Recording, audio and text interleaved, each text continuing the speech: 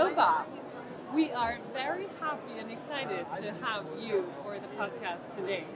And for yourself, as an entrepreneur from all the way back, we are both happy, excited, and would like to learn much more from the past that you have experienced, and for the future that is coming up. So thank you for taking a chat with us today. Laura, it's a pleasure to talk to you. And as you know, Red Hat is I take great pride in the success of Red Hat. So I'm thrilled to chat to you today. Thank you. We would like to start the discussion with if you could tell us of the best moment you could feel of yourself being as an entrepreneur. Could you tell us the best moment? Well, there's an easy one here because it is the goal for all entrepreneurs. We all want to be successful, and I was successful prior to Red Hat at building a good computer equipment rental companies. But those were relatively small successes. They gave me and my team a great deal of satisfaction. But what you're always trying to do is take your company public, because that is hitting the home run in the technology world. And so when we were in a position to ring the bell on the NASDAQ Stock Exchange in 1999, easily, as an entrepreneur, my single most fun moment when Mark Ewing and our team, Matthew Zulik, rang the bell at the NASDAQ Stock Exchange in New York. Fantastic. Sounds really exciting. Could you tell us some pieces of the struggles that you had to go through before this moment happened? So many people see being an entrepreneur as a struggle, but that's not who I am. So, this used to be true back in the 1970s, that all the smart kids I grew up with, all my friends, went and got big jobs with real companies, with the banks, with the accounting firms, with the technology firms. But I was such a bad student, I knew getting a job in one of these companies was a very high-risk thing for me to do. So starting my own business was, normally people think of that as a risky thing to do, but for an unemployable idiot like me, starting a business was the low-risk thing to do, because you start a business and then you go to the print shop and you have some business cards made that say, Bob Young, President. And I'm guaranteed a job. This is, of course, I don't have any customers to give my business card to. So you give your business card to your mother, because your mother worried about her idiot youngest son. And now she has a business card where her idiot youngest son is the president of his own company. And now she's very proud of you, and that accomplishes something important all by itself. Wow. Well, that makes me smile. Absolutely. It's a lot of fun.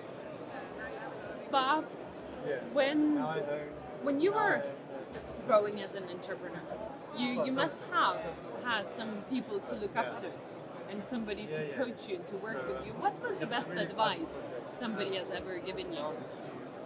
So the best advice I was ever given was actually from my father. Oh, and just to back up 1 second, there's really two important things to do in your career, which, interestingly enough, are the same two things you should do in your life to be successful. One is you should choose your spouse very carefully. And I was very fortunate to do that. But the other is you should choose your parents well. And I was equally very fortunate to choose my parents well. And my father gave me the best advice. Unlike me, he was a very smart kid growing up, and he went to Cambridge University and to Harvard Business School. And he was in the finance side of business. And he explained to me when I started my first business that I had to become financially literate. That was not a choice, that was a necessity. And I, at that time, described myself, I still describe myself as a typewriter salesman. This is 1979. I had taken over a small typewriter rental business. So I was a typewriter salesman. He says, Bob, your value to your company may be in sales, but if you are not financially literate, you can't run your business successfully. So over the course of 5 years, it probably should have only taken a couple of months, but over the course of 5 years, he taught me how to read a balance sheet, how to construct a cash flow statement from a couple of balance sheets and a couple of profit and loss statements, how you turn that into your cash flow analysis. And that has stood me in very, very good stead. Now I understand what the accountants and the finance people are telling me when I say, hey, we want to sign this contract, and they explain to me, no, you can't do that, but if you rewrote your contract this way, it serves your balance sheet better. I'm not sitting back trusting them with that advice. I actually understand what they're trying to explain to me. Fantastic, really interesting. And also interesting how the family plays into your success as well. Yes, I come from a long line. So many people think of themselves as self-made businessmen or successes. I'm not.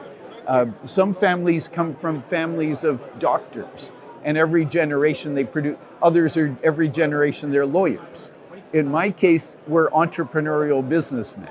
I can trace it back 4 or 5 generations to Scottish businessmen who migrated to Canada, and I'm just about the 5th generation of entrepreneurial businessmen. The Youngs from the lowlands of Scotland developed, a couple of 100 years ago. Interesting. How did you build teams around you when building your company? So as an entrepreneur, building teams is the single most difficult and most important thing to do. Matthew Zulik, the CEO when we went public and who took it to $1 billion, he used to describe himself as a recruiter. So where I was a typewriter salesman, he was a personnel recruiter. That's what he thought of his job. And he spent all of his time, if he was chatting to you or your cameraman here, he wouldn't be chatting to you just to pitch Red Hat. He'd be interviewing you at the same time. Because his thought was finding the right people is his number one priority to building his business, and he was not wrong. How do you match the company culture to the people you're looking for? Oh, no, that's the magic. And I have no answers to that. There are so many moving pieces to it. It helps if you yourself are a good person. But oddly enough, that's not even necessarily true. We all know very successful companies that are led by people with questionable, sort of values. And we know unsuccessful companies led by wonderful people. So building a healthy culture for your particular business is somewhat magic. The one thing it absolutely requires is a focus on your customer, because it's not about you, it's not about Red Hat, it's not about your staff, it's about the happiness and the success of your customers. If you can make your customers successful, everything else falls into place. You work a lot with different entrepreneurs nowadays as well. What is your best advice now in the times like that? So the only advice I give to entrepreneurs, I give it to everyone these days, and it's the one benefit of getting older is you start seeing things a little more clearly. And I look back at my own life and I go, wow, was I ever fortunate? And I was fortunate because, as I said, I did the 2 things well. I chose my parents well. Didn't have a lot of control there, but I chose my spouse well. So Nancy and I have been married for 38 years. We have 3 wonderful children. We maintain close relationships with both of our extended families. We both understand that ringing the bell at NASDAQ was not actually important. Yes, it was the most important thing I had done as a businessman or an entrepreneur, But in my life, it's down here somewhere. The most important thing was the relationships I have with the people who are close to me. And if you can do that well, all the rest of this is just noise. Fantastic. This is so personal. That's really good. There are a lot of startups nowadays popping up. What would be your bet on a startup right now? So I actually have a bunch of projects that I'm involved in. So my favorite startup, and I don't invest with strategy, I invest with curiosity, which is not a good investment strategy, to be very clear. But thanks to Red Hat and this open source adventure we were on, I've been blessed with more success than I ever imagined achieving. So I don't have to have an investment strategy. Making the next dollar isn't important to me. What is important to me is making the world a better place. And this is what I love about free market democracies, is in a free market democracy, the citizen and the consumer are the same person.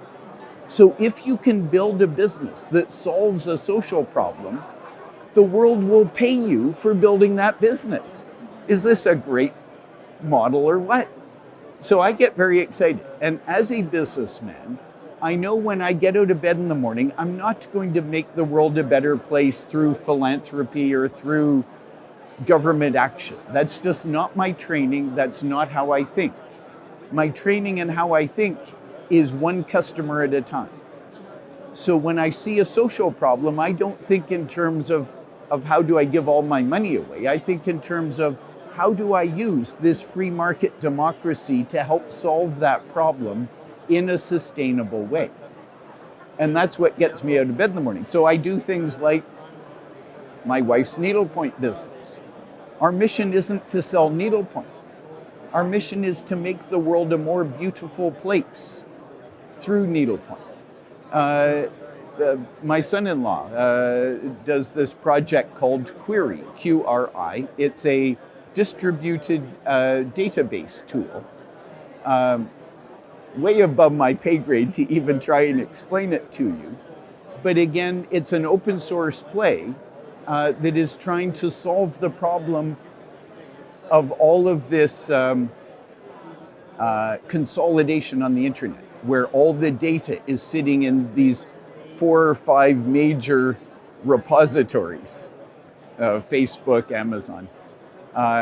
And the distributed technology builders, this community of people who are doing things like the interplanetary file system, if they are successful, will solve that problem, will make data available to the rest of us outside of the control of these major consolidating corporations. So I love this project. I have no idea if they're going to make any money at it, but if they're successful, they clearly are going to make the world a better place. So Query is one of those projects I take a lot of pride in. And then, of course, I helped rescue my hometown Canadian Football League team, the Hamilton Tiger Cats, which is what I'm wearing today. I'm the CEO of a company called Lulu.com, which I'll be talking about tomorrow, which is just trying to do the same thing Red Hat is for software, Lulu is trying to do for content, where instead of going through a publisher and having the publisher reject your book because they either already have one or they don't think the audience is big enough, we empower authors to become their own publishers. Again, I just love the concept of the business. If we can make the business work, yes, they will be profit-making businesses, and we'll take Lulu public and I'll ring the bell on the NASDAQ Stock Exchange again. But that's not the goal. The goal is to make the world a better place. Fantastic values. I really enjoy. I have a last question. How can large enterprises keep up with the fast pace of development nowadays? So I'm not a large corporation person. There was a reason that after Red Hat went public and we hired our 2000th employee, and I was on the board and I was being expected to learn the Sarbanes-Oxley rules of public company governance. I said, well, I have a choice. I can either go on that course or I can resign from the board of Red Hat. And it was a very easy choice. I love working with Red Hat, but I'm not a large company person. That I was not adding value to the company by having to learn Sarbanes-Oxley rules. That's not what I do. So I'm all of my friends who are now running big companies, I'm lost in admiration of what they do. And I have no idea how to answer the question of how are these large companies going to evolve into the future, other than they should hire smart kids like you and put you in charge and let the old geezers like me out to pasture and put the 30 and 40-year-olds in charge, because the 30 and 40-year-olds have learning skills that allow them to adapt to change faster than us 60-year-olds do. So yeah, don't trust anyone over 30. Isn't that the old hippie expression? Fantastic. Well, thank you so much. Laura, it's a pleasure chatting to you today.